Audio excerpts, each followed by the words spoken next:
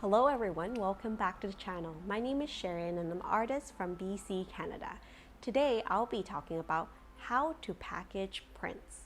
Hopefully from this video you'll get a good idea and some key takeaways that will help you in researching what's the best way to package your artwork so that you spend less time on packaging and more time on creating your artwork.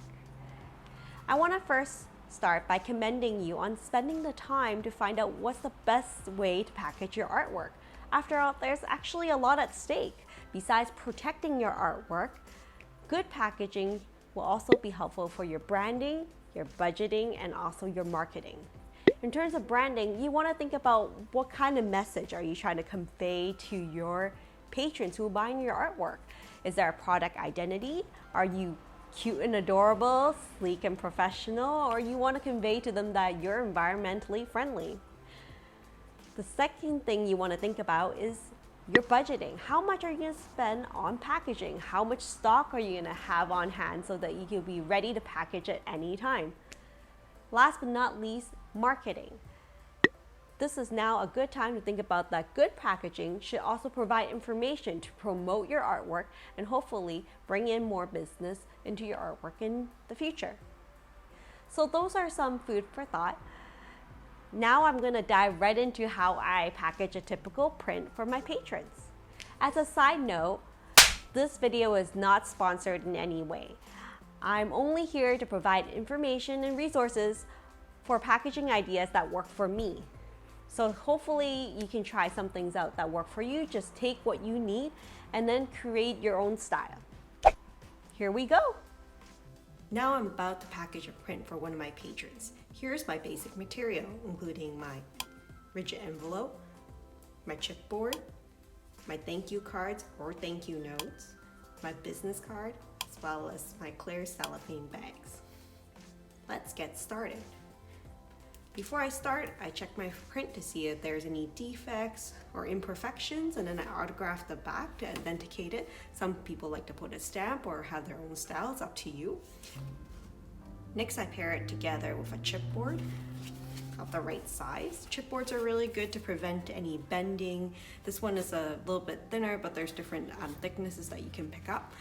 For chipboards, I used to get them from Eco Enclosed, which is more environmentally friendly. There's also places you can pick it up like local framing stores or uline.ca.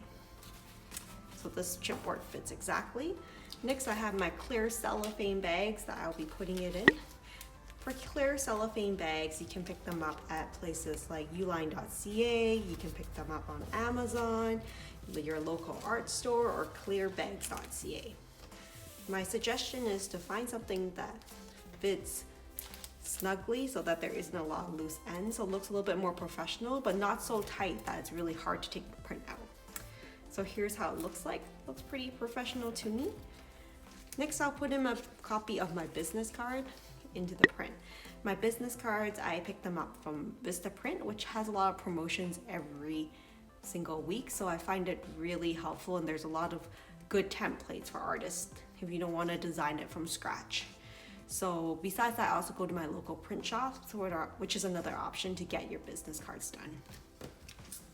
If you guys are interested, please comment and I can spend a little bit of time talking about putting together your business card. But basically I put together my business card into my print, and I like to include a really short note about the artwork itself, and then I seal the artwork. There you go. So now the artwork is sealed, and here's another print that's already been packaged. Next, I will tape these together.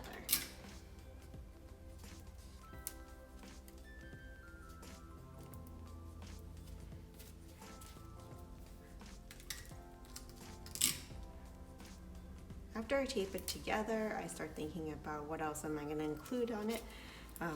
I have these generic thank you notes that I have also printed together, and then if I want to write my own personal note, which is what I actually did for the longest time until my orders got more frequent, and I would pair it together with a business card like so, and then I will mail it off. For the purpose of this order, I'll just put in one of my generic thank you cards, which already has my business information available on it, and I think it's very professional and very cute looking. I'm also going to include some of these really cute stickers. I don't know if you can see it properly that I've put together. It's based on my own artwork. So on these stickers, I just get them printed and then I put them on these cellophane baggies. If you're interested in more about how I put these stickers together and turn my art into stickers, please leave a comment or message me and I can consider that for my next YouTube video if you're interested. And in addition to that, these are some collector cards that I'm working on as well, which I'm pretty excited about, with a lot of inspirational quotes on the back. So I'm going to put that together along with these stickers. Now the thing is, you don't always have to include freebies in all of your art. It's completely optional. I like to include it just as a sign of gratitude for my patrons for even considering supporting my artwork.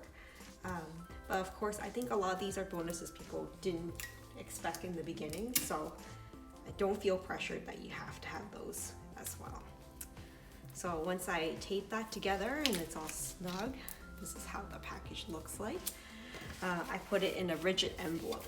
Now rigid envelopes, you can pick it up at Staples, or you can pick it up on Amazon or Uline. When I first started, I picked up my envelopes at Staples because I can buy them in small quantities, and then later on I moved on to Amazon, and as well as Uline as another option to pick up these rigid envelopes, which is really good to prevent the artwork from bending.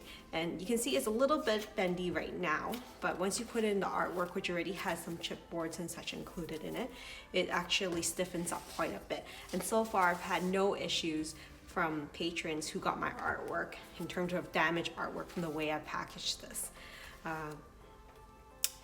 The other thing I was going to mention for the cellophanes is that it's really helpful to prevent any moisture and soiling as well. Now, for my envelopes, I typically decorate them and I draw little doodles on the side. I don't know if this is really feasible if you're doing very large quantities of orders. You may actually simplify your design a little bit, but I like to have everything hand-drawn, and I'll also write in "do not bend" or "do not fold" on both sides. So that's an example of an envelope. I'm just covering up my mailing address, but like, this is something that you can consider to personalize your packaging a little bit more. The next thing you would do is slip in the print.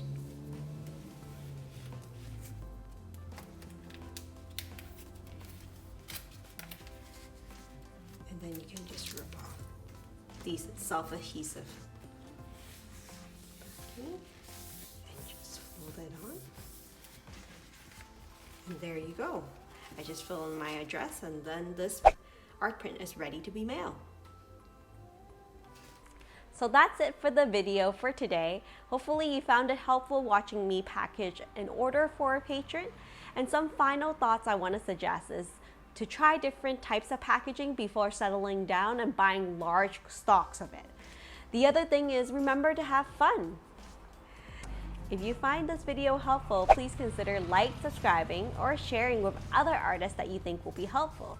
If you want to learn more about my artwork and other projects I have on the go right now, please consider checking out my Instagram at sharonliang.ca. Again, I fully embrace the idea of journey before destination. So take care and be kind to yourself and enjoy the artist journey. Bye for now, friends.